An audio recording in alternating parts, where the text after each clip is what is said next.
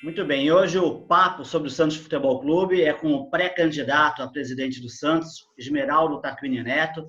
Ele tem aí uma grande história dentro do Santos Futebol Clube. Como é que está, Esmeraldo? Tudo bem? Tudo bom, Vôlei? É um prazer estar aqui falando, batendo um papo com você. Um bom dia também para o Wagner e para o Leonardo.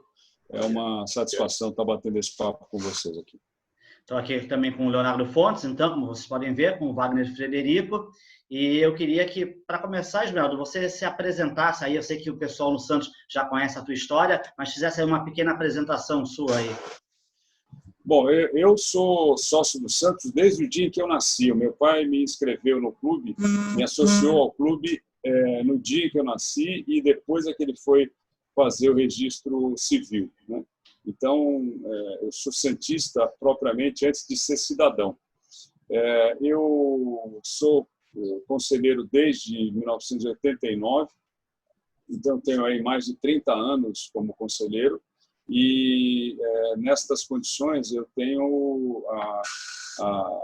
tive a satisfação de ser presidente do conselho em 2000 e 2001, então fui presidente nesse biênio e depois fui diretor. Era um cargo que existia no Estatuto Antigo, era um cargo de diretor assessor da presidência. Eram 3 pessoas nessas condições.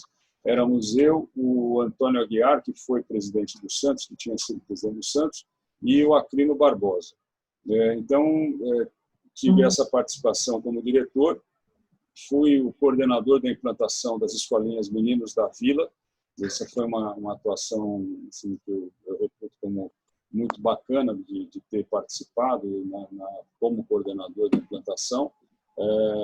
Trabalhamos também, vocês vão se recordar, da cessão de um time do Santos para o Jabaquara, para disputar a série que o Jabaquara disputava na época. Então, o Santos cedeu o time, foi um time dirigido pelo Márcio Fernandes.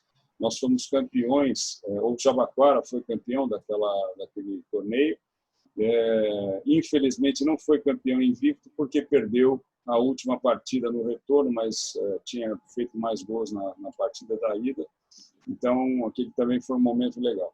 E hoje, nos últimos anos, é importante frisar que eu sou conselheiro nato, então eu não disputo eleição. Eu fico nessa posição de conselheiro nato.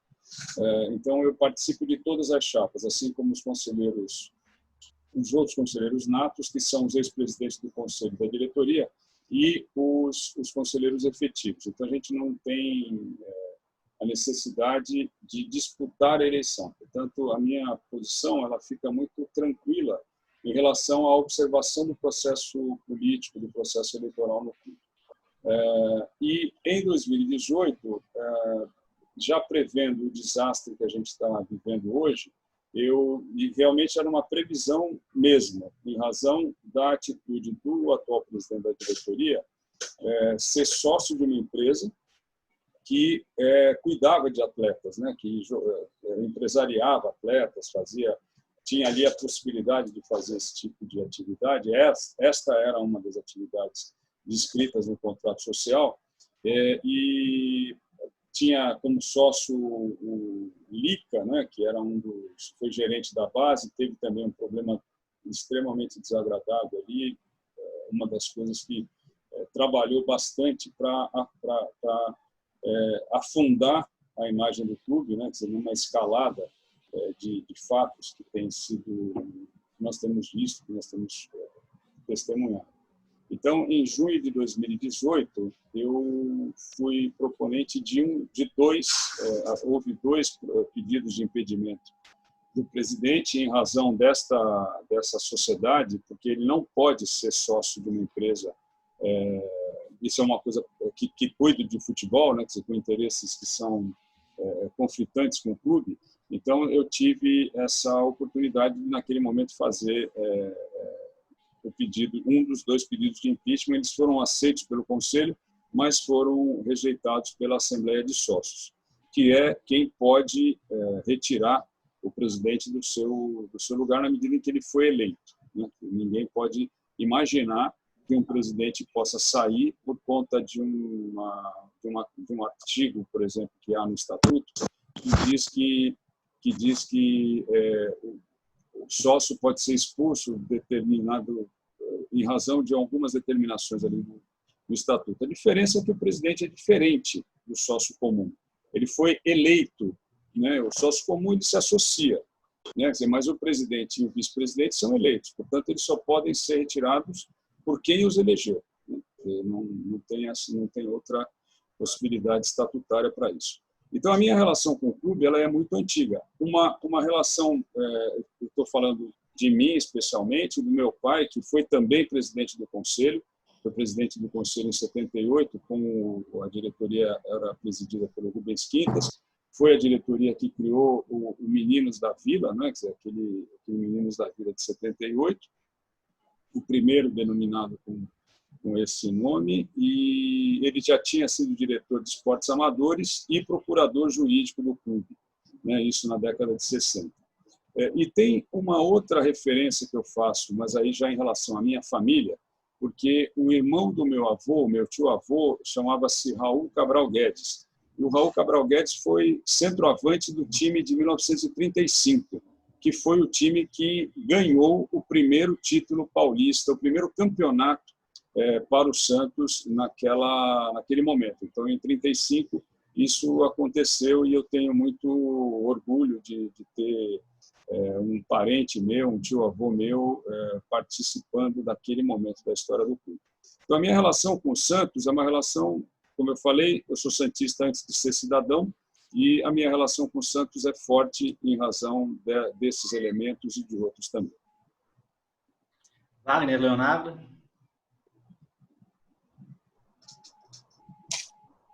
Oi. Bom dia, Esmeralda. Tudo bem? Tudo bom, Wagner? Graças a Deus, tudo bem. Eu quero fazer a primeira pergunta em relação à sua participação no processo eletivo. Você já tem a definição, hoje você é pré-candidato, assim como todos os outros. Essa situação de ser realmente candidato já está definida? A sua chapa já está consolidada? Você realmente vai ser candidato? Wagner, sou candidato, não é que vou ser candidato, até porque essa denominação de pré-candidatura, ela, na prática, ela não existe, né? Porque como nós não estamos sujeitos a uma legislação eleitoral formal, não existe uma fase de pré-candidatura, porque na política oficial, quando você tem eleição, como é o caso agora das eleições de novembro, de vereador e prefeito, você só pode divulgar a sua candidatura, você pode tratar como uma pré-candidatura, sim, mas você só pode divulgar a candidatura depois das convenções partidárias. No caso do Santos, falar em pré-candidatura é só para quem quer desistir da candidatura.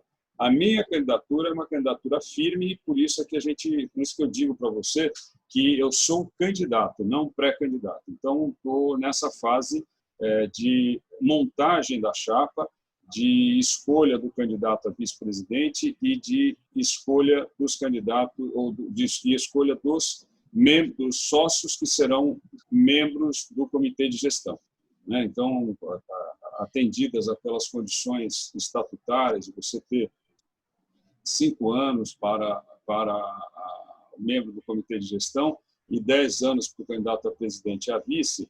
Então, dentro destas condições, desses parâmetros, é que nós estamos montando a nossa chapa em termos do comitê de gestão e também a nossa chapa de conselheiros. Essa chapa de conselheiros ela já está formada?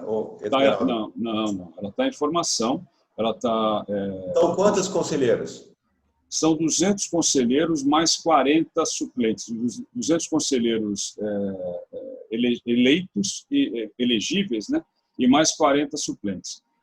Todas as chapas precisam apresentar esse mesmo número, porque se a chapa vencedora tiver 80% dos votos, ela leva todos os 100% dos conselheiros.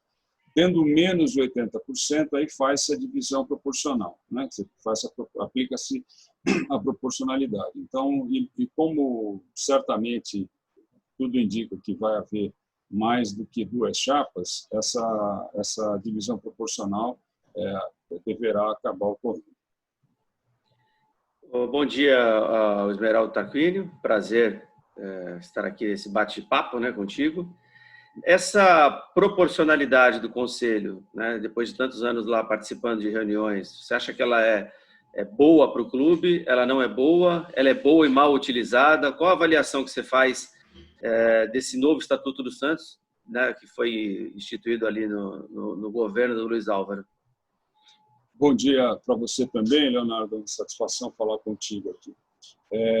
Eu vejo da seguinte forma: o Estatuto é de 2011.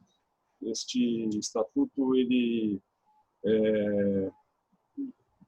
trouxe uma modernização para o clube, sem dúvida nenhuma, do ponto de vista da governança, e até um ponto de discussão se o comitê de gestão é a melhor forma de gestão ou não. Isso a gente pode tratar na sequência, mas em relação à proporcionalidade, eu mesmo tive uma ideia semelhante há anos atrás, antes disso, né? Porque como você vê isso muito em outras associações, onde você democratiza a participação. No entanto, o que nós temos visto aqui no Santos, nos últimas 3 gestões, né? Na segunda do Luiz Álvaro, em 2011, ele já tinha o comitê de gestão montado, né, a estrutura do comitê de gestão, e na do Modesto Roma Júnior, a mesma coisa, e agora no Zé Carlos Pérez.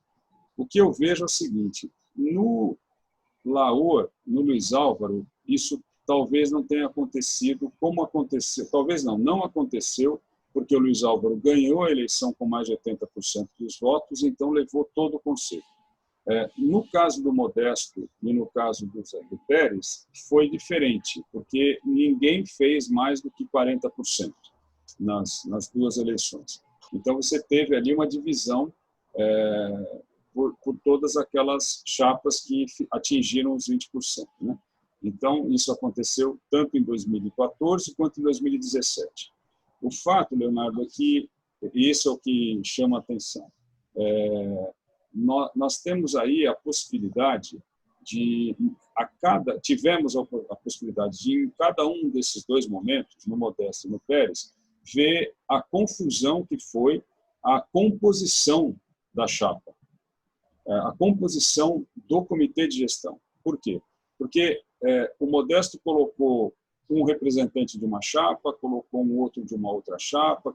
Então, isso gerou problemas em 6 meses, 8 meses, eu não sei quanto tempo, que 2 membros do comitê de gestão saíram inicialmente e depois mais 2 saíram também. Ou um deles foi retirado pelo Modesto, que é uma falha no estatuto. Não tem sentido que você coloque pessoas no comitê de gestão e que o presidente possa simplesmente, porque não gostou de alguma posição, retirar aquela pessoa do comitê de gestão. Isso, sob o meu ponto de vista, não está certo.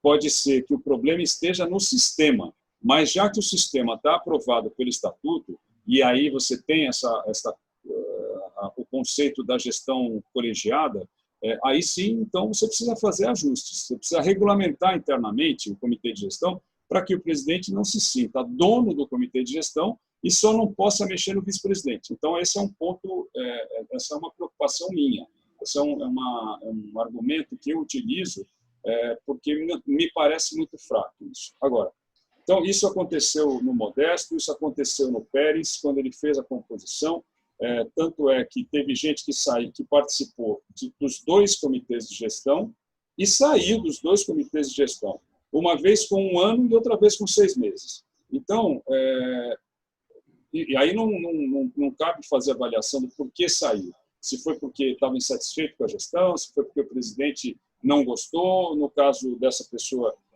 foram 2 iniciativas próprias, pessoais, de querer sair do comitê de gestão, o que é muito fácil também.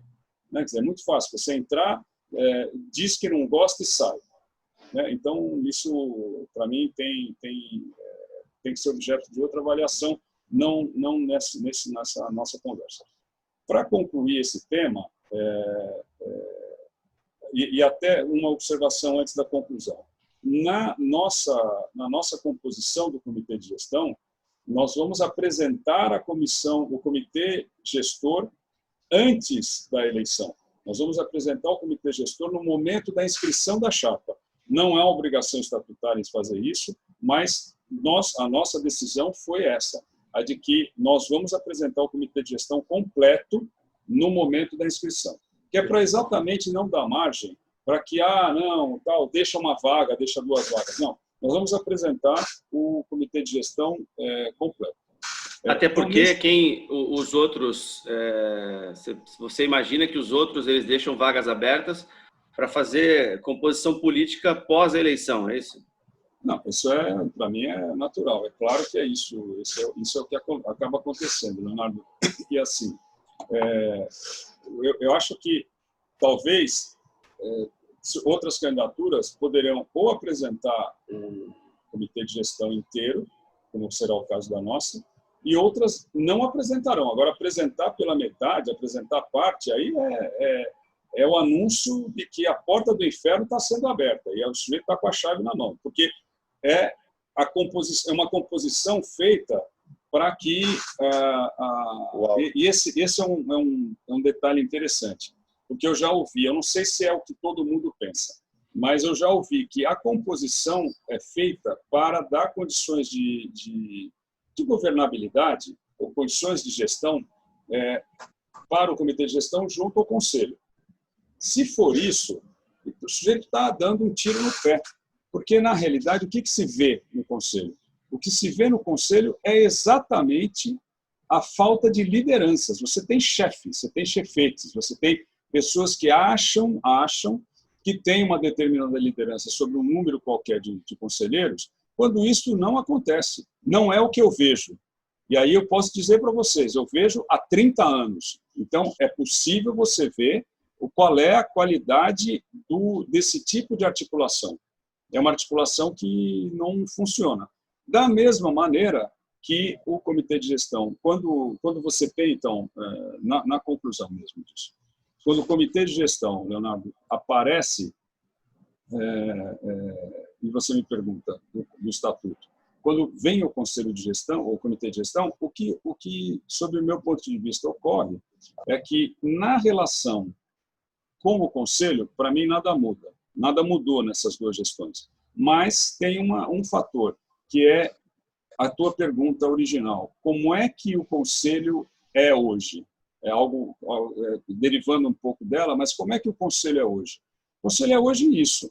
É um agrupamento de pessoas que, em muitas vezes, não em todas as vezes, é claro, mas em muitas vezes foi um agrupamento de pessoas que se juntou, formou uma chapa e participou com 25%, 30%. O problema está na falta de identificação do candidato ao conselho e do conselheiro depois eleito com o clube, com a sua chapa. Quer dizer, no nosso caso, a nossa chapa, a configuração dela, que ela já está se configurando, a configuração dela, ela está buscando uma unidade. Todos os conselheiros candidatos, eu vou ter a oportunidade, a nossa chapa vai ter a oportunidade de conversar com todos eles e estabelecer com eles um compromisso de atendimento ao que nós vamos apresentar como projeto, ao que nós vamos apresentar como ideia. E é isso que não acontece nos processos eleitorais anteriores e nas composições do Conselho e do Comitê de Gestão. Certamente a gente vai falar do processo político daqui a pouco, então deixo para falar um pouco mais sobre composição e tal, um pouquinho mais... Só para fechar de estatuto, você pretende mexer no estatuto? Leonardo, o estatuto precisa ser mexido. Ele precisa sofrer algumas alterações, inclusive abrindo a discussão, porque isso não aconteceu no processo de reforma do Estatuto de 2018 e 2019, que culminou só com a alteração dos artigos do Profut, e nem isso foi inteiro. Porque se tivesse sido inteiro, nós não estaríamos vivendo essa sangria que está acontecendo agora, ainda mais a partir da rejeição pela segunda vez, não segunda vez de 18 e 19, que também foi rejeitado em 18, mas pela segunda vez, porque o Conselho Fiscal apresentou um relatório, ele foi aprovado, aí o Comitê de Gestão apresentou uma defesa e foi votada, e essa votação também aprovou o relatório. Então, o que acontece é assim, se a gente tivesse feito todas as inclusões necessárias e criado um regramento, esse é o ponto, criado um regramento, nós não estaríamos nessa situação, porque o Pérez já teria sido afastado. Quer dizer, e aí, nesse caso, é isso que eu falo da sangria, né? Esse momento que a gente vive, nós não podemos permanecer com esta gestão mais um dia, porque mais um dia é mais bobagem que vai acontecer. Não dá nem para dizer, não, é coisa com dinheiro. Não, porque não tem dinheiro. Não tem dinheiro. Então, fez o pagamento, antecipou o pagamento de agosto na semana passada, quis fazer uma mandracaria pura, quis bancar o esperto e bancou o malandro otário. Por quê? O time não ganhou.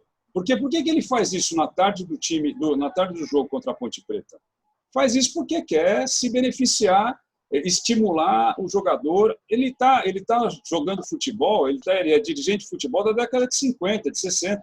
Hoje não, porque você tem um grau de interesse, um grau de profissionalismo entre os atletas que não é mais a forma como os atletas se comportavam há 40, 50 anos atrás.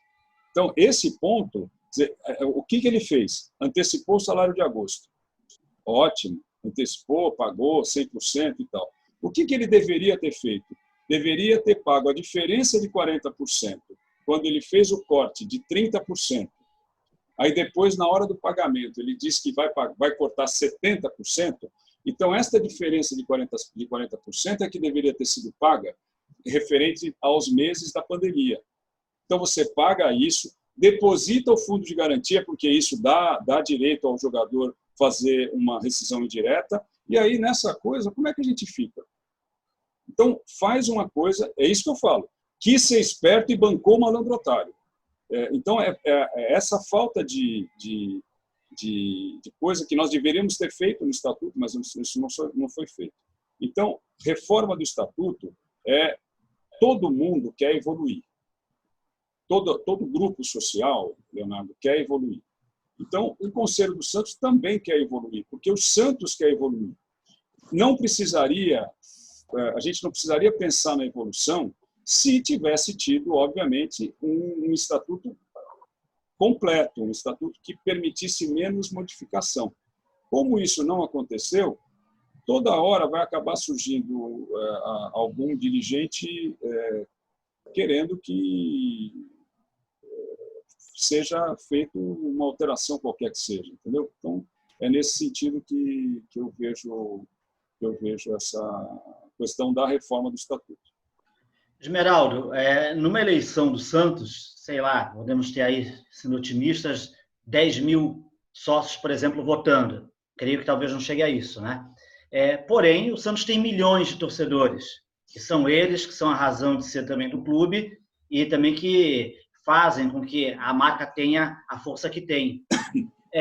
Me diz uma coisa, diante desse cenário, como você não frustrar esses torcedores, que o Santos, como um time dos gigantes nacionais, está sempre tendo que pensar em títulos e com um caixa arrasado, e como você mesmo falou, a gente sabe que é terrível aí essa questão. O Santos até agora passou 3 anos sem o patrocínio master na camisa. Então, qual vai ser a estratégia? Como você vai conseguir equilibrar um clube financeiramente aí abalado e, ao mesmo tempo, não frustrar um torcedor que pensa alto, pensa grande? Então, você falou em 10 mil. Provavelmente a gente não atinja esse número, porque o número máximo de eleitores que teve foi na última, que foi de 6 mil. Porque o eleitor do Santos, o sócio do Santos, vota pouco.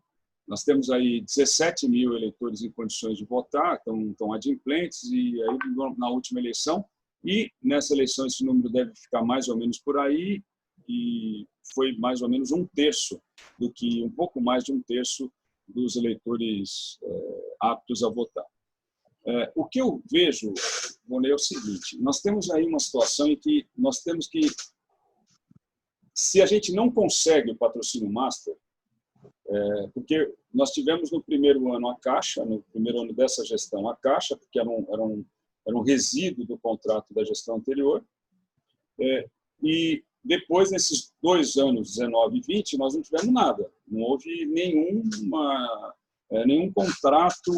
contato efetivo para isso. Isso pode ser fruto de 2 coisas: da imagem do Santos, que é uma imagem negativada hoje, ela é uma imagem negativa, ela está negativada mesmo, e uma outra coisa, que esse é um ponto que nós precisamos levar em consideração, que é quanto é que, para nós, santistas, torcedores, sócios, dirigentes, quanto é que para nós a imagem do Santos vale? Quanto é que custa estampar na camisa um patrocínio master? Esse é um ponto. E quanto é que realmente vale a imagem do Santos? Às vezes é preciso você dar um passo atrás para poder firmar a posição do corpo e andar para frente de novo.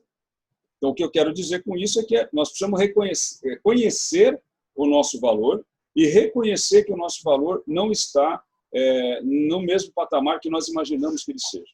Então, esse é o ponto. Então, para que a gente resolva isso, a gente tem que tratar, Rony, de uma forma real, de uma forma aberta, de uma forma desprovida de qualquer tipo de reserva. Porque senão a gente não vai conseguir ter patrocínio master, a gente não vai conseguir fazer as coisas andarem. Não tem cabimento, me parece que o paulista estava sendo, ou o brasileiro será vendido para a Europa, não é? Por que você não faz um contrato com algum patrocinador português, por exemplo? Você tem o Gesualdo aí de técnico. Você faz um contrato com algum patrocinador português, vende um jogo. Vai vendendo jogo a jogo. Agora, tem que ter trabalho. E aí, pelo que eu vejo, essa turma do marketing do clube não quer ter trabalho. Porque estão há 2 anos não conseguiram um patrocínio master. Então, se é dessa forma, então vamos vender ponto a ponto, jogo a jogo, o patrocínio, enquanto a gente não consegue estabelecer um contrato maior, com vínculo maior, com valor maior, né? Às vezes até você ganha mais com um jogo a jogo, porque você pega um jogo grande do Santos, com qualquer time grande, um grande clássico, e aí você pode conseguir um valor melhor. Agora, a gente tem que baixar um pouco a bola, porque a nossa imagem ela está chafurdando na lama.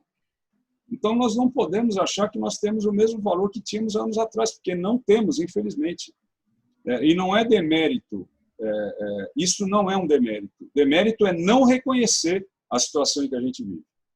Agora, você falou do Master, né? Mas, além disso, tem mais coisas para deixar o Santos equilibrado, né? Então, como equilibrar, como manter esse time competitivo para o ano que vem, ou não vai dar, o Santos vai ter que passar um tempo aí, reconhecer que não dá para brigar por títulos, ter outros objetivos para se reestruturar. Como você vai lidar com isso? Porque a pressão do torcedor é grande, né?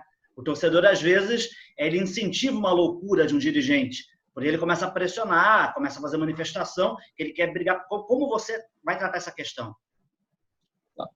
Só fazer um complemento em relação ao marketing. O marketing, nós vamos alterar a estrutura do marketing. Nós vamos ter uma área que vai ser a área da criação, com a criação de campanhas publicitárias internamente, vai ser uma criação interna, e a associação, a parceria com agências de publicidade externas que sabem fazer isso, que sabem que são profissionais nesta atividade. Então, esse é um setor. Outro setor é o setor de licenciamentos. O Santos arrecadou no ano passado menos de 3 milhões em licenciamentos, enquanto o Flamengo arrecadou 110 milhões. Ah, mas o Flamengo... Não, eu estou comparando sim, porque eu quero ser o melhor, eu não quero ser o segundo, o quinto, o 18º, eu quero ser o melhor. Então, se eu tenho como exemplo um time que arrecada 110, eu tenho que ir atrás desse time, do resultado desse... Por que ele conseguiu? E você tem que fazer benchmarking dessa maneira. É para isso que serve o benchmarking. Você vai olhar as boas práticas do teu igual. E aí, esse é o caminho que a gente tem que descobrir para chegar ali. E o terceiro setor, identificados os produtos para serem licenciados, esse setor vai ser o setor comercial que vai buscar a alternativa comercial e são pessoas que vão ser comissionadas, não vão ser empregadas no clube, a não ser o responsável pela equipe, vão ser pessoas comissionadas se houver sucesso numa determinada negociação. Então, essa é a alteração básica que nós vamos fazer no setor de marketing. Não estou inventando a roda, estou apenas organizando o setor como ele deve ser organizado na nossa concepção. Em relação ao time, nós temos aí uma situação bastante delicada. Nós não sabemos quais jogadores vão querer tomar o mesmo caminho ou o caminho judicial, né, para se desligarem do clube, esse é um fato. Talvez o que nos salve um pouco seja o início do Campeonato Brasileiro, e depois da sexta rodada você já não pode fazer transferências aqui, não vai ter janela aberta fora na Europa, não sei quando é que ela vai reabrir, né, então não sei, mas o que poderá nos salvar é isso. Mas a gente pode não fugir da janela do começo do ano, se ela for mantida como normalmente é. Então, nós precisamos rever a folha de pagamento. A gente tem que ter tranquilidade para conversar e estabelecer um formato que seja razoável para todo mundo, né? Então, nós vamos ter essa dificuldade. Isso por um lado. Por outro lado, nós temos uma dificuldade essencial, que é a base funcionando do jeito que está funcionando. Desde que houve aquela denúncia lá do começo da gestão, a denúncia de pedofilia, a base vem titubeando ali. Quer dizer, ela não produziu rigorosamente nada a não ser o Rodrigo, que não é originário desta gestão. Ele já vinha vindo, então foi um resultado positivo. O fato é que hoje nós temos bons atletas, médios, não temos talvez nenhum jogador que se destaque realmente. Aquela história que a gente costuma e gosta de dizer que o Santos é uma fábrica de raios, é uma fábrica de raios, mas ela está desligada. Essa fábrica precisa ser religada. As máquinas precisam ser religadas. E isso vai ao encontro do nosso projeto esportivo. Nosso projeto esportivo está baseado no futsal, nas primeiras categorias. Aí o menino vai jogar de 6, 7, 8 anos. Aí ele vai passar para o time, para o campo, no sub-11. Mas ele não vai no campo entrar jogando 11 contra 11 no campo grande. Não vai. Isso não vai existir. Porque nesta idade, o que se busca é a formação recreativa. O menino de 6 anos ele não vai aprender técnica e tática porque ele quer brincar com a bola. A gente, quando joga a bola, quer brincar com a bola, imagina uma criança de 8 anos de idade. Ele quer dizer, olha, eu sou bom pra caramba, e ele vai fazer dentro das condições que ele tem para fazer. Mas, com a evolução do tempo, com a evolução da idade, ele vai chegar no campo, ele vai começar a aprender técnicas, ele vai começar a aprender tática, e ele vai fazer com que a integração, ele vai entender como é que ele vai jogar com o seu colega, com o seu companheiro de time. Então, o treinamento começa com 3 contra 3, 4 contra 4, 5 contra 5, e isso vai dando condição para que o garoto se forme de uma maneira melhor. Subindo categoria a categoria e chegando na quase idade limite, pronto para aí sim se integrar ao clube, ao time principal. Hoje, embora isso seja uma coisa importante assim em relação à formação de jogadores e à reestruturação da base, o Santos não tem assim problemas maiores, por exemplo, uma dívida a curto prazo em janeiro, se você, por exemplo, conseguir ser... Estou respondendo a pergunta do Vôlei, Leonardo. Já vamos entrar na questão financeira, sem dúvida nenhuma, não dá, é inescapável. É inescapável. Desculpe só retomar essa resposta da base para a gente voltar na questão financeira. Então, é assim, o jogador, quando ele vai ligar da base para o time principal, ele vai estar pronto para isso. Hoje, a gente corre ainda o risco de ter que acelerar a entrada desses jogadores no time principal, aí você estraga o pouco que tinha, porque esses jogadores não estão formados. Então, eles vão entrar sem a formação ideal. Isso sob o nosso ponto de vista. E aí você pergunta, desculpe ter interrompido, Leonardo, mas... Não, tudo bem. Aqui é para a gente debater mesmo. Não, porque eu imagino que o Santos tem uma dívida de curto prazo muito séria para ser paga em janeiro, né? Qual seria o plano para pagar essa dívida de curto prazo? O Santos tem como, sem um mecenas, sem um parceiro, sem alguém pagar essa dívida? A tua chapa conseguiria administrar essa dívida de curto prazo tão alta? Então, Leonardo, a questão financeira, ela vai como é que nós vamos tratar a questão financeira? Nós já estamos trabalhando no sentido de que vamos trazer, que a gente já está contatado, já está feito o contato, um escritório que vai planejar a reestruturação da dívida, o alongamento da dívida, o abatimento da dívida da forma possível, mas principalmente o alongamento da dívida. Nós vamos chamar os credores, nós vamos dizer para os credores, olha, aqui tem cara nova administrando o clube. Provavelmente você está desiludido porque você vinha aqui e aí acertava alguma coisa, essa coisa não era cumprida, e aí, claro, que a credibilidade vai para o vinagre, é natural. Porque essa é uma marca que não haverá na nossa gestão. A nossa gestão vai ser marcada pela credibilidade, pela recuperação da credibilidade e pela recuperação da imagem do clube. E nós vamos atuar com capacidade administrativa, porque a nossa equipe tem capacidade administrativa para gerenciar o clube ou qualquer outra instituição.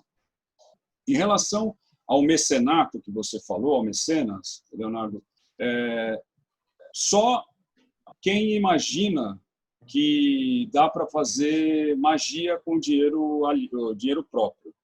Porque quem coloca, tira. Não tem dúvida. Mas está salvando o clube. Mas vai tirar porque não é doação. Então, quem coloca, tira. O fato é que precisa ver se vai colocar mesmo. Tem um fator que é o seguinte, todo mundo fala em união, em pacificação, e não sei o quê e tal. Eu quero ver, depois do resultado das eleições, se a turma que tem dinheiro, se a turma que está dizendo que eu tenho dinheiro, eu tenho um amigo que tem dinheiro, eu tenho não sei o que tem dinheiro, quero ver se estas mesmas pessoas vão querer ajudar ou não o Santos quando a nossa chapa estiver lá. Isso eu quero ver, que eu estou cobrando desde já a posição deles. Porque eu, se não ganhar as eleições, já me proponho a contribuir do jeito que eu posso, com a minha capacidade de administração, com a minha possibilidade de dar palpites, de dar opiniões, eu me proponho a ajudar o clube. Então, eu me proponho com os elementos que eu tenho. Outras pessoas só têm dinheiro. Eu quero ver se essas pessoas também se propõem a fazer isso. Então, esse é um ponto em relação ao mecenato. Porque você não pode também, porque alguém tem dinheiro, e se submeter à vontade de quem tem dinheiro. Às vezes o caminho não é o melhor. Na verdade, na maioria das vezes, esse não é o melhor caminho mesmo, né? Então, voltando ao que a gente já tem conversado. Reestruturação da dívida, a criação de um comitê de crise, a revisão dos contratos, chamamento dos credores, e aí você faz o projeto, um cronograma para o pagamento dessas dívidas. Esse é um primeiro ponto. Com isso, certamente, nós vamos estimular potenciais investidores a investirem no Santos. Porque essa também é uma outra ponta, Leonardo, que a gente está trabalhando. A gente está trabalhando na questão de identificar investidores, isso a gente está fazendo já, e vamos chegar num ponto positivo, provavelmente aí no final do mês de agosto, é possível que a gente tenha já alguma luz, mas nós vamos tratar dessa forma. Quer dizer, a necessidade existe. Óbvio, você falou bem da questão das dívidas de curto prazo. Nós vamos trabalhar para que isso seja possível. E tem que ser possível. Eu não colocaria a minha vontade de ser presidente do Santos menor do que a minha responsabilidade. Então, eu sou responsável, porque eu acredito, e sou candidato, porque eu acredito que eu tenho meios, junto com a equipe que vai formar a gestão, não apenas o comitê de gestão, mas a própria gestão diretamente, porque eu acredito que nós temos meios de resolver isso, senão eu não seria candidato. Esmeraldo, entra a gestão, sai gestão, e todo mundo que assume acaba, né, se surpreendendo, né, ou pelo menos manifestando surpresa sobre a real situação do clube. É comum a gente ver candidatos eleitos, presidentes eleitos, dizendo: a situação é muito pior do que eu imaginava, vamos demorar mais por isso, isso não vai acontecer por isso ou por aquilo, porque encontramos um clube, né, em situação caótica, muito pior do que imaginava. Você hoje pode dizer que conhece profundamente a situação do clube? Qual a possibilidade de você assumir o clube em janeiro, se eleito, e ser surpreendido e não conseguir colocar em prática todo esse teu planejamento?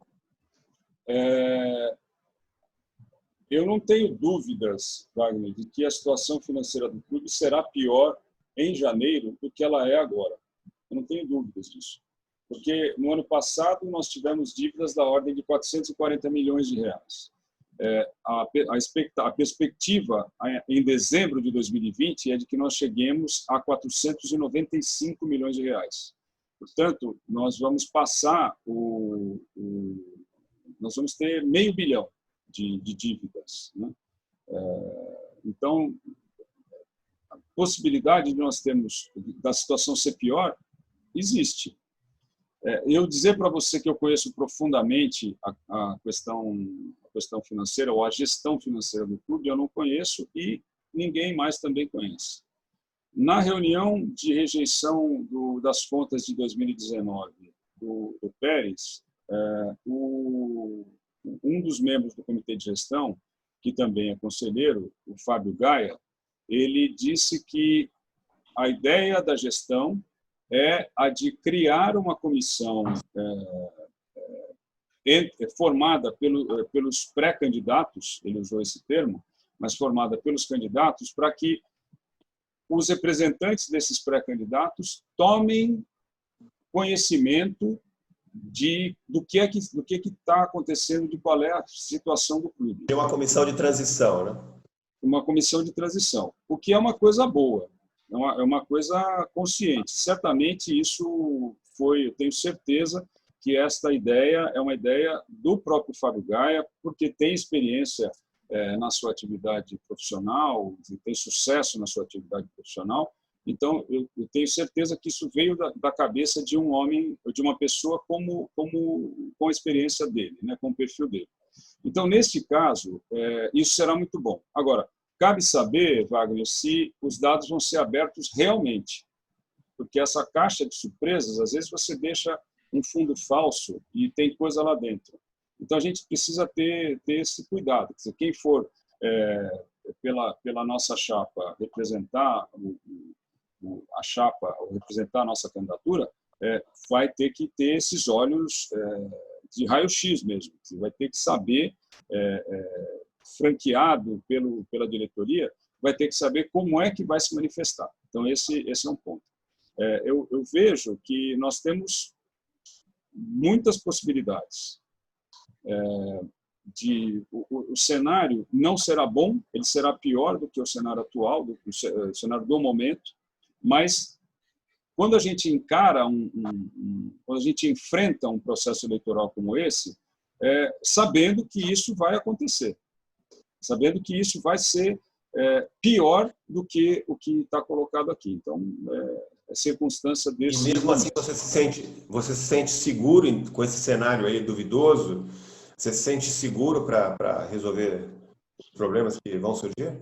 Então, assim, eu insisto em dizer que o cenário não é duvidoso. O cenário é uma certeza de que nós temos uma situação muito ruim. Duvidoso então, em relação ao tamanho do problema, né? Mas aí é uma questão da dimensão, Wagner, que a gente vai acabar vendo uma coisa que pode ter 100 metros de comprimento, e aí você descobre que esses 100 metros não são 100 metros, são 120, 150 metros. Então, o problema está, a origem da solução, o conceito da solução é o mesmo, né? Ele só vai ampliar de acordo com o que a gente encontrar. Nós acreditamos que a reestruturação da dívida, com cara nova, com recuperação da credibilidade e da imagem do clube, isso vai facilitar e muito a relação com os nossos credores. Esmeraldo, como o nome já diz, né, o comitê ele é de gestão, ele vai gerir. Mas a gente sabe que o futebol precisa ter, claro, esse comitê de gestão, mas tem que ter o especialista à frente disso tudo. O Santos optou hoje, o nome tanto importa, nesse momento é o supervisor de futebol. É uma pessoa que veio sem experiência nenhuma nessa função e em 3 meses, por uma situação do Paulo Autori ter caído, assumiu. Qual o perfil que você quer? Porque o Santos vem de uma situação em que tinha um time que terminou, não vou nem dizer aqui a qualidade do treinador, do Sampaoli, mas ele entregou um time jogando de uma forma que fez com que fosse vice-campeão brasileiro, algo que quando começou a competição, a não ser os mais fanáticos poderiam acreditar que isso pudesse ter de resultado. E você, de repente, traz um outro treinador, que também não vou discutir o mérito aí do currículo do Gesualdo, que tem uma forma de trabalho muito diferente para aquele mesmo tipo de elenco. Então, fica claro que você tem que ter ali um profissional. Você já traça esse profissional, você já tem um nome que você pensa para isso, como você imagina tratar ali o futebol diretamente, que é uma coisa também que o torcedor quer muito, que tudo depende disso, né? Do campo também. Não, o campo é um fator realmente preponderante, fundamental, não tem dúvida. Isso não tem dúvida. O que eu vejo é o seguinte: uma das coisas que nós vamos apresentar no decorrer da campanha são as diretrizes, é o norte que nós vamos propor para o clube. Esse norte não é um norte para o meu mandato, o mandato de 3 anos. Esse é um norte de 12 anos, de 15 anos. Quer dizer, o que nós vamos propor ao Conselho nas diretrizes, porque nós vamos apresentar o planejamento estratégico dentro do prazo, coisa que nunca foi feita, né? Nós vamos apresentar o planejamento estratégico dentro do prazo e nesta apresentação, sabe aquele negócio de missão, visão e valores do planejamento estratégico? Nós vamos estabelecer as diretrizes que vão nortear o clube. Elas já vão ser apontadas agora durante a campanha, mas lá vai ficar um documento oficial, formal. E esse documento ele vai prever um Santos para daqui a 15 anos, por exemplo. Então, o que nós queremos é exatamente fazer com que o torcedor, o associado, saiba o que é que a gente quer. E o que é que a gente quer? A gente quer um time com o nosso DNA. A gente não fala que o DNA do Santos é ofensivo? Então, é esse DNA que vai ser levado em conta. É essa característica que vai ser levada em conta. Então, a procura por um técnico, a procura por uma comissão técnica ou o estabelecimento de uma comissão técnica fixa, esta procura ela vai nesse sentido.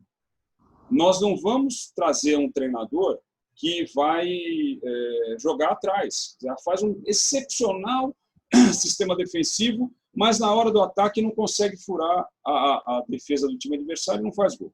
E pode tomar um gol, e pode perder.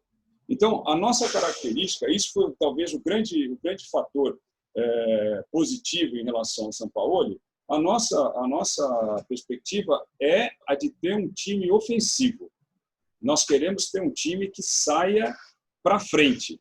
O time do Sampaoli fez isso, não ganhou o campeonato, é bem verdade, mas era gostoso ver o jogo. E o vice-campeonato coroou aquele trabalho. Se ele tivesse tido a sorte de não perder, não empatar com o Fortaleza aqui por 3-3, de não, sabe, essas derrotas, essa perda de pontos que a gente teve, que foram muito ruins, né, naquele momento. O Gesualdo não tem essa característica. Agora, uma outra característica que o técnico precisará ter e vai ter, porque só vai jogar aqui, só vai treinar aqui nestas condições, uma característica que o técnico precisará ter é a de utilizar a turma que vem da base. Não adianta a gente querer trazer um monte de medalhão, como foi feito em 2000, porque em 2000 não tinha time, mas aí você traz o Carlos Germano, você traz o Márcio Santos, traz o Rincon, traz o Edmundo. O que aconteceu com esse time? Nada. Não aconteceu nada. Esse time era um time, era legal. Não, era gostoso ver aqueles craques e tal. Sim, eles foram craques antes. Quando jogaram aqui, não foram. Então, nós temos que mesclar a juventude com a experiência. E quando isso foi feito no Santos, sempre deu certo. Então, não adianta o treinador vir para cá com uma preconcepção de que ele vai conseguir trazer jogadores que ele gosta, que ele confia. Não. Ele pode trazer alguns jogadores que vão se mesclar com o time, mas não vai trazer um elenco inteiro. Porque depois o treinador vai embora e o clube fica com o atleta aqui. Então, isso não vai ser dessa forma. Nós vamos tentar encontrar um termo bom para que a gente consiga trazer um treinador dentro dessas características de jogar o time para frente, de ter uma boa defesa, mas de jogar o time para frente e utilização dos atletas da base. Fora isso, não vai treinar no Santos. Na nossa gestão, não vai treinar no Santos. Eu queria fazer uma pergunta. E você vê, só para complementar a pergunta do Boni, Esmeraldo, só para complementar a pergunta do Boni, você vê muitos profissionais no mercado brasileiro ou sul-americano com esse perfil? Quais seriam eles? O Wagner, assim, em qualquer pessoa que você me perguntar hoje, eu não vou falar nomes, eu vou dar características, né? Eu vou até falar um nome. Tem um nome que eu acho que pode atender a essas características, mas já vou falar. Mas o fato é que não tem sentido que eu fale de nomes de profissionais, seja no futebol, seja na gestão financeira e tal, até em respeito ao aspecto profissional dessas pessoas, né? Então, por isso que eu vou procurar evitar fazer isso. No caso do futebol, a gente tem que começar a dar algumas sinalizações. Certamente, até porque eu conheço, até porque tenho uma relação com ele, sem dúvida nenhuma, uma pessoa que a gente pode pensar é o Elano, né? Ele está por aí, ele já treinou aqui, ele foi assistente técnico aqui, é um jogador que se formou no Santos, né? Depois ganhou espaço na Ucrânia, depois na Inglaterra, depois, né? Ele jogou bastante, rodou bastante, e ele pode nos ajudar. E teve um bom resultado na Inter de Limeira. Foi uma pena que ele não tenha se classificado para as quartas de final, mas teve um bom resultado. Então, o Elano é um nome. É esse tipo de treinador que o Santos precisa. Quer dizer, é alguém identificado com o clube, é alguém identificado com a ideia da utilização da base, é alguém identificado com a nossa característica ofensiva. Como a gente já tem muito tempo, Vone, eu vou fazer umas perguntas aqui que acho que são importantes para que ele possa responder, né, e até de forma objetiva. Eu queria saber, Esmeraldo, o que você pensa sobre o voto à distância, se é uma prioridade tua para a próxima eleição, não essa agora, né, mas a próxima eleição, a questão dos jogos em São Paulo e na Vila Belmiro, e como precificar, né, os ingressos na Vila Belmiro, Pacaembu, para que a Vila esteja sempre cheia, né, porque acho que, no meu entendimento, isso é uma opinião minha, né, os dirigentes eles não sabem precificar o ingresso. Por exemplo, joga Santos e Mirassol, quarta-feira, 9 horas da noite, R$40. Aí, no outro dia, joga um jogo decisivo, quinta-feira, contra o Guarani de Campinas, que está junto ali, não é um time grande ainda, mas que está junto ali na classificação. O jogo vale alguma coisa? R$40. Joga um clássico aí, R$100. E aí você nunca consegue ter o estádio lotado. Bom, eu vou tentar ser objetivo com as 3 perguntas, né? Mas vou até pedir a tua ajuda. Vou começar pelos ingressos. Nos ingressos, Leonardo, o Santos teve na média aí entre 5 e 6 mil pessoas no ano passado na Vila, né? Em 2019, nos Jogos na Vila. A ideia eu particularmente prefiro ter 10 mil pessoas pagando 20 do que 5 mil pessoas pagando 40. Dando um exemplo geral. Eu me lembro que teve um jogo do Goiás, um domingo de manhã, foi um jogo que o Santos fez 4-1, 5-1, não me lembro, no ano passado, que custou R$60. Jogo de domingo de manhã é o jogo familiar. E aí você coloca 4 pessoas num jogo, você vai pagar R$240. Não vai pagar R$240, porque é o preço do almoço. porque ele quer levar a esposa, quer levar os filhos, para depois fazer uma programação. Ele vai passear, vai ao jogo e depois vai almoçar, vai ao cinema, tal. A gente tem que fazer com que essas pessoas queiram ir à vila, porque vale a pena ir à vila. Então, a vila vai ser um lugar também de uma atividade familiar. Então, nós vamos colocar ingressos com preços reduzidos. São 3 atividades que a gente vai fazer. Ingressos com preços reduzidos, de forma a que nós tenhamos um número muito maior do que o da média obtida no ano passado. Esse é o primeiro ponto. O segundo ponto é que, nos dias, digamos aí, entre 28 do mês e o 5º dia útil, nós vamos ter um custo também reduzido em razão do fato de que as pessoas, no final do mês, não têm dinheiro. Mas eu gostaria que essas pessoas fossem à vila, eu gostaria que elas estivessem conosco lá. Então, a gente vai reduzir ainda mais, e não é num setor específico, é no geral. Tá? E um terceiro ponto, nesse caso, é a situação. Nós vamos voltar a ter um local com ingresso popular. Nós vamos voltar a ter a velha geral. Mas não é a velha geral em pé, porque hoje você tem a obrigatoriedade de ter assento, mas nós vamos determinar e designar um lugar, um local em que as pessoas vão para lá com ingresso popular. O que me interessa é a vila cheia, não é o caso do Pacaembu, porque o Pacaembu só vai voltar em 2023, mas é o Pacaembu cheio, é o Morumbi cheio, é o Allianz Parque cheio, é o lugar onde a gente for jogar, a gente quer gente lá. Então, esta política da precificação, Leonardo, a gente vai procurar estabelecer um critério, e um critério que vai valer para o ano inteiro. A pontuação de bônus, por exemplo, como o Corinthians fez com sucesso, não sei se o Palmeiras chegou a fazer, o Corinthians fez com sucesso até em Libertadores, de acordo com os jogos, você tinha prioridade em outros. Esse sistema pode existir?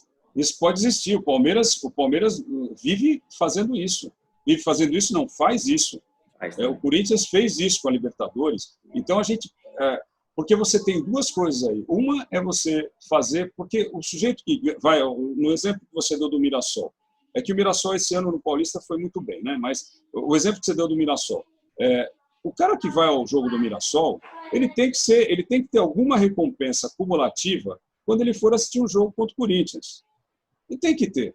Ele não pode ser sacrificado. Ele acompanha o clube o tempo inteiro. Aí na hora do filé, você quer dar o filé para outro? Eu acho que a gente vai ter nesses jogos, vai ter ingresso de R$100, tal, tudo bem. Mas vai ter ingresso com preço menor e vai ter algum tipo de bonificação, como o Boni falou. Isso a gente vai fazer, porque o fato, Leonardo, é que o importante é que o torcedor vá ao estádio. Esse é o ponto importante. Então, em relação... Isso está de acordo com a minha opinião também. Acho que os times deixam 10 mil lugares vazios no estádio e é um absurdo. O futebol tem que estar com o estádio completo. Isso é questão de precificação mesmo. E se você não tiver quem compre o ingresso, você tem que colocar alguém lá, alguém de uma escola, uma faculdade. Tem que ter alguém dentro do estádio, cara. Tem uma ideia. Tem que ter promoção também, né? Tem que ter promoção. Simplesmente se coloca um valor de ingresso e espera que o torcedor vá sem nenhum tipo de incentivo, né? Nenhum tipo de promoção. Por exemplo, a gente pretende propor para a Prefeitura Municipal de Santos e para as prefeituras da Baixada Santista algum tipo de convênio que envolvam as escolas municipais, as redes municipais de ensino, para que a gente tenha crianças ali. A gente pode, inclusive, a ideia, nós estamos formatando isso como um projeto da campanha, a ideia da criação de um sócio-torcedor, de que a criança se associa ao clube, isso respeitado ali, tem limitações no estatuto, mas nós vamos encontrar um meio para poder fazer isso. Nós vamos... porque imagina, você tem o pessoal da rede municipal de ensino, que vai até 14, 15 anos, né, quando termina o ensino fundamental, é essa a idade da captação do torcedor. É essa a idade. Então, esse menino, essa menina vão vir ao jogo, eles vão ter incentivo para vir ao jogo, o ingresso não vai ser o preço cheio, vai ser um outro tipo de ingresso. Não importa o quanto nós tenhamos que pagar para a Federação Paulista, para a CBF, não importa isso. Isso é uma questão da gente fazer algum tipo de negociação com essas entidades e fazer com que o custo básico do ingresso para o clube seja um pouco menor. Por quê? Não estou vendendo para ter lucro, eu estou vendendo para ter torcida. Se as entidades diretivas do futebol não entendem que o importante é ter torcida no estádio, não é ver na televisão. Na televisão é importante porque é uma forma enorme de você arrecadar. Mas você precisa, não adianta, tem graça assistir jogo sem ninguém no estádio agora com a pandemia, não tem graça nenhuma. Então o negócio é a festa, porque você vai ao estádio porque também é um espetáculo. E o torcedor faz parte do espetáculo de uma maneira e o jogador faz de outra. Então, Leonardo, na primeira pergunta, na terceira pergunta da precificação foi isso. Em relação a jogar na Vila e jogar em São Paulo. Eu, particularmente, quero fazer algumas ações voltadas para o ABC. Temos que entrar em contato com as prefeituras para ver se as prefeituras têm, e com os clubes, para ver se eles têm interesse em melhorar um pouco os estádios, né, em Santo André, São Bernardo, São Caetano, Diadema, né? Mas no ABCDM, ali, a gente quer fazer isso. Por quê? Porque este, fora de Santos, é o segundo maior contingente de torcedores. É Santos, São Paulo e o ABC. Então, a gente tem todo o interesse em prestigiar a turma do ABC. Em que pese, muitos amigos meus do ABC falaram, não, a gente adora ir para a Vila porque é uma avenida só. É verdade. O cara pega a Anchieta, é uma avenida de 50 quilômetros e ele está na Vila. Mas é claro que não é todo mundo que consegue fazer isso e que seria muito legal a gente fidelizar esse torcedor no seu local de residência, ou mais próximo ao seu local de residência. Então, é assim, o Santos vai jogar no norte do Paraná, vai jogar em Brasília, vai jogar nos estados que são vizinhos a São Paulo, Minas, no Rio, talvez o mais próximo estádio seja Volta Redonda, porque são lugares que a gente vai detectar a existência de sócios e vai detectar a possibilidade de jogar nesses lugares. Então, agora, nós vamos fazer isso o Santos, pelas pesquisas que nós temos tido acesso, são pesquisas públicas, o Santos é um time nacional e com uma característica curiosa de ser o segundo time de muita gente. E isso é muito bom. Isso é muito bom. É muito bacana você saber que você é bem-vindo no lugar porque você gosta do time. É diferente de você, eu não tenho nenhum, não quero que esse time venha jogar aqui, que não é o caso aqui em Santos, né? Mas a gente tem essa possibilidade. Nós temos isso conosco. Isso é uma coisa característica do time, do clube. Então, nós vamos jogar aonde a torcida do Santos estiver. É óbvio que a casa do Santos é a Vila. Então, nós vamos mesclar isso de acordo com o interesse do clube. O clube é que vai dizer aonde é que a gente vai jogar. Se for preciso tentar um acordo com o Palmeiras para jogar no Allianz Parque, ótimo. Se for possível tentar um acordo com o São Paulo para jogar no Morumbi, tudo bem, porque o acesso melhorou ali. Então, a gente vai procurar estabelecer isso no decorrer do ano, em cada campeonato, Copa, torneio que o Santos jogar, nós vamos tentar estabelecer isso fase a fase, né? Esse é um ponto. Em relação ao voto à distância, Leonardo, eu acho que essa foi a primeira que você tinha perguntado, eu sou totalmente a favor do voto à distância, porque o voto à distância democratiza a participação do associado em qualquer situação. Porém, me parece que eu não vou nem discutir dessa eleição aqui, porque isso é responsabilidade da mesa, do conselho, eles é que resolvam lá. Né? Eles é que têm que resolver junto com a comissão eleitoral que foi nomeada lá. Então, por que eu estou falando isso? Porque na nossa gestão, a primeira coisa, uma das primeiras atitudes que nós vamos ter, a primeira não vai ser a necessidade de você estabelecer ações na área financeira, mas a primeira brecha possível, nós vamos estabelecer um recadastramento de sócios. É o primeiro passo. Porque hoje não há confiabilidade na lista de sócios que nós temos aqui, até porque ela não fica aqui na Vila. O senhor é a favor da terceirização dessa lista ou ela totalmente tem que ficar contra? Ela tem que ficar aqui. Porque você não pode ser dependente. Veja só uma coisa. Ontem Ontem, um amigo meu me liga e fala assim, poxa, eu estou tentando regularizar a minha situação e eu não consigo. E não consegue. Não consegue mesmo, Leonardo, porque as pessoas vão à vila, agora não, né? Mas o telefone é impossível.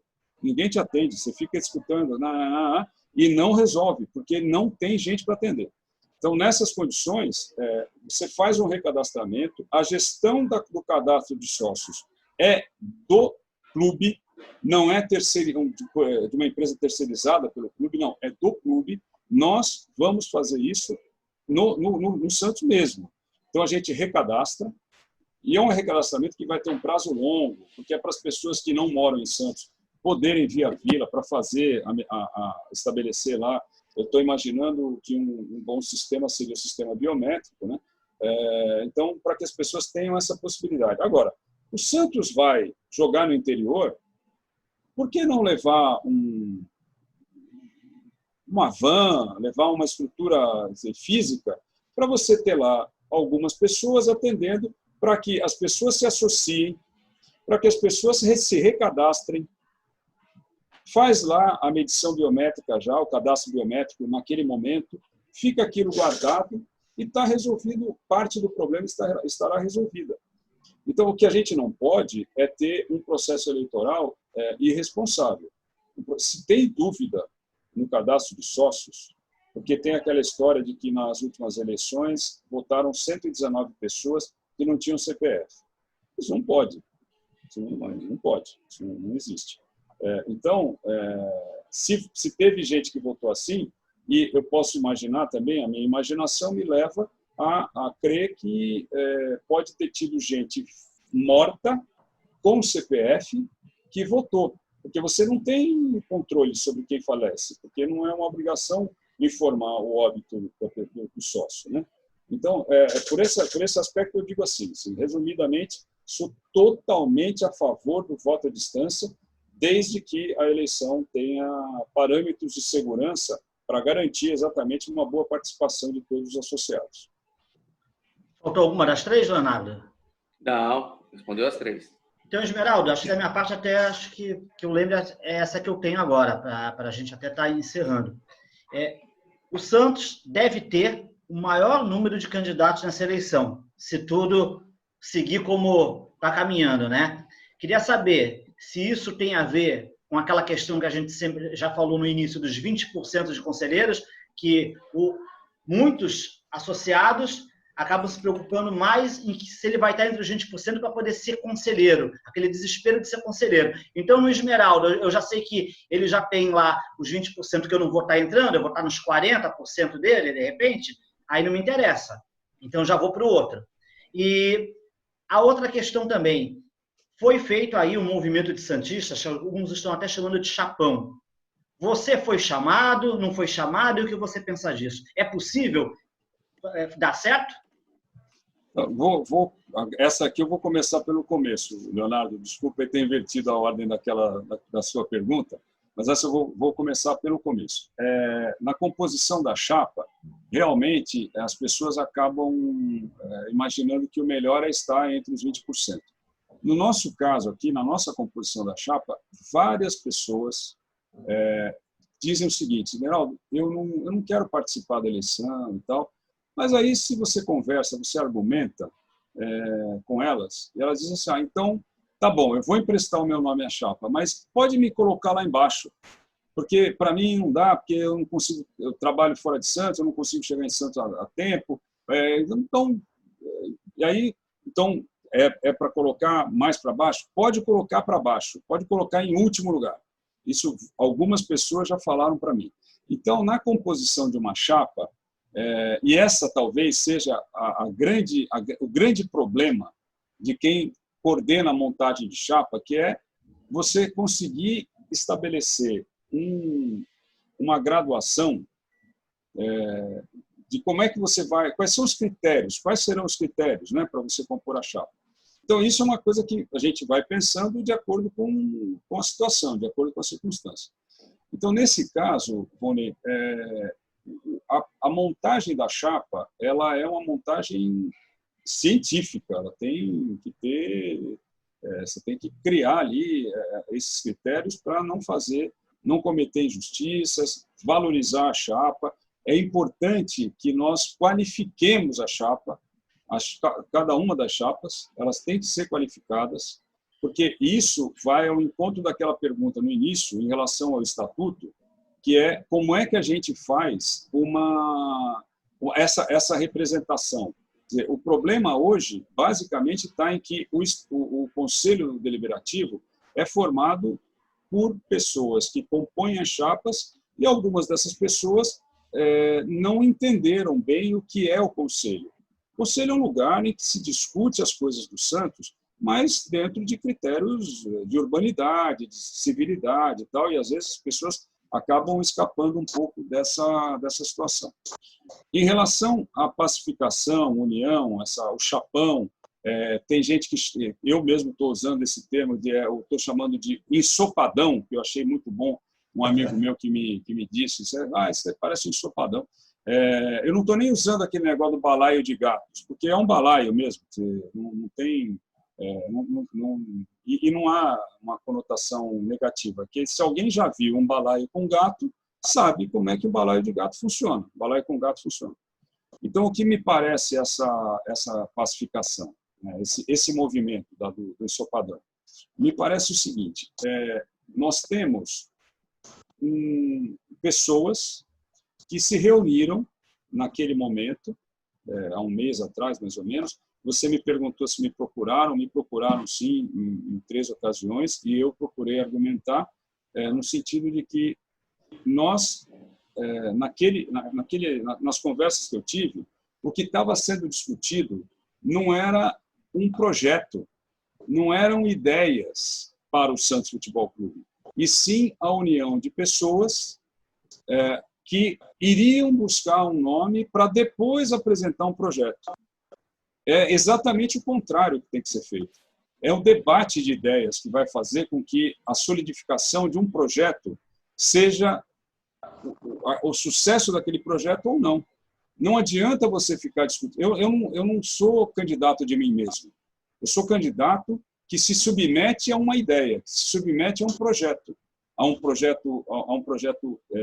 financeiro, a um projeto esportivo, a um plano de gestão que cuide de diversas áreas, né? Então, eu sou candidato deste projeto.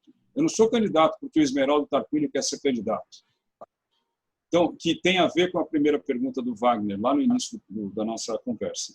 Então, vejam, o que acontece é que, na minha concepção, o ensopadão é um grupo de pessoas que tem essa composição tem um grau de artificialidade que vai se configurar como um monstrengo depois que for apresentado o nome do ensopadão. Acho que, se o Pérez renunciar, que é a única forma dele, ou se ele for afastado, mas se ele renunciar, porque aí termina mesmo, o ensopadão acaba. Não vai ter... Eles perdem a razão de ser. Não tem mais motivo para que o ensopadão exista. Então, nessas condições é que eu sou contrário à composição por causa disso. O fato é que, depois da eleição, a função, fora cuidar da área financeira, cuidar da área futebolística, a primeira e mais importante função que o próximo presidente vai ter é a de buscar a reconciliação do clube. E é nestas condições que eu me sinto totalmente capacitado pelas minhas atividades fora do Santos, pela minha atividade profissional, pela minha vida profissional. Então, essa é a característica que eu vejo como a principal do próximo presidente, e é por isso que eu não concordo com a existência desse chapão, desse ensopadão. Wagner, tem alguma para encerrar da sua parte? Só uma observação em relação a essa tua última colocação, sobre a falta de sentido dessa turma da União em caso de renúncia do Pérez. Mas você não acha que essa união não tem mais a ver com o processo de eleição mesmo? Para se vencer a eleição, não é uma forma de que essas lideranças encontraram para conquistar a eleição, Esmeralda? Então, Wagner, se essas pessoas têm como intenção um projeto puro, raso de poder, sim, é isso. Agora, esta não pode ser a posição de lideranças políticas ou de chamadas lideranças políticas do clube, porque exatamente o que precisa ser feito é o debate de ideias. Para ganhar a eleição fica muito fácil, você junta todo mundo, enfia dinheiro na campanha, convence o eleitor de um ou de outro jeito, e a gente sabe de que os jeitos podem ser também incluídos aí no convencimento, além da convicção da grande maioria dos associados do clube. Então, se é para fazer um projeto de poder exclusivamente, tá bom, funciona. Para mim, isso não me convence, isso não vai me arrastar para uma ideia como essa, uma concepção de projeto como essa, porque aí realmente eu não acredito que isso dê certo. Entendeu? E como resolver esse problema depois, né? Você eleito para unificar o clube. Você falou que a sua primeira preocupação vai ser unificar o clube. Com tanta gente com sede de poder, querendo cargos, querendo, né, estar no poder, como satisfazer a todos e fazer com que o clube caminhe para um lugar só? Então, ninguém vai se sentir satisfeito na minha gestão. Quando eu falo que o comitê de gestão ele já vai estar anunciado antes das eleições, eu estou dizendo assim, eu estou sinalizando claramente que aquela é a composição da gestão.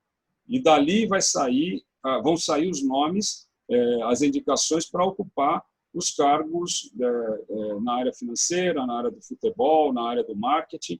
É isso, estou sinalizando isso já.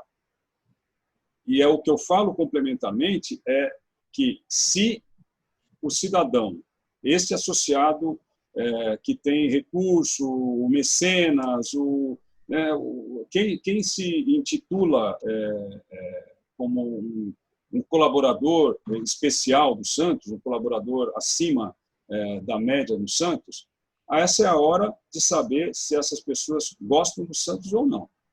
E como é que se mostra se a gente gosta do Santos ou não? É atendendo o chamado de quem está dirigindo. Nunca eu vi, de verdade, um chamado de quem dirige o Santos. Nós vamos convocar todas as forças políticas do Santos para colaborar com o Santos. E nós vamos mostrar que essas forças políticas, as que querem vão estar junto da gente e as que não querem não vão estar. Mas isso vai ser demonstrado. O associado vai perceber que tipo de liderança política o clube tem que pode ou não ajudar. Esse é o ponto. Quer dizer, quando eu chamo uma reconciliação, Wagner, eu chamo mostrando o seguinte, nós precisamos colocar o clube no rumo que ele tem que tomar, no trilho que ele tem que andar. Porque se a gente não fizer isso, nós vamos continuar, cada um indo para o seu lado, e aí eu não quero ter sucesso sozinho na gestão do Santos. Essa não é a minha intenção. O meu objetivo não é esse. O meu objetivo é fazer com que o Santos ande para frente, fazer com que o Santos tenha uma visão de futuro, deixe de olhar para trás, porque, veja só, você está num carro, você tem um espelho retrovisor, você está olhando para trás, percebe que ele é infinitamente menor do que o para-brisas? O para-brisas te dá uma visão, uma amplitude na visão do futuro que o retrovisor não dá do passado, porque você só vai ver alguns elementos, aí você vai identificar elementos, aí você vai dizer assim, essa... Não é desse jeito. A gente tem que olhar para frente, a gente tem que ter a visão, a gente tem que ter a perspectiva do futuro na nossa frente. Esmeraldo, muito obrigado pela participação. Posso fazer uma última, Rony, rapidinho? Pode. No caso de você assumir em janeiro, Esmeraldo, e os processos do Sacha e do Everson não terem terminado ainda, você os aceitaria de volta ou não? Olha, atleta do Santos é sempre atleta do Santos. O que eu vejo é que vai ser outro tipo de gestão, Leonardo. A gente não vai mentir para jogador. Se uma coisa que eu sei há muito tempo, na relação do dirigente com o jogador, é que você não pode mentir para jogador. Você não pode mentir para ninguém, mas para jogador em especial. Jogador, se você faz um acerto, um acordo com o jogador e diz assim, eu vou te pagar quinta-feira, arruma um jeito de pagar na quinta-feira. Porque se você não pagar na quinta-feira e chegar na quinta, cara, eu não vou conseguir te pagar hoje, vou te pagar amanhã. Não importa que seja meia-noite da quinta-feira. Não importa. Ele vai dizer assim, pô, esse cara não dá para a gente confiar. e desconfiou uma vez, a desconfiança vai continuar existindo. Então, esse tipo de relação, porque aí quando você pergunta se eu receberia o Sacha ou o Everson de volta, não tem problema nenhum, desde que ele entenda o seguinte: a relação que você vai ter com seus dirigentes agora é outra. A relação que você vai ter com seus dirigentes é de confiança, é de lealdade. E a lealdade e a confiança têm que ser recíprocas.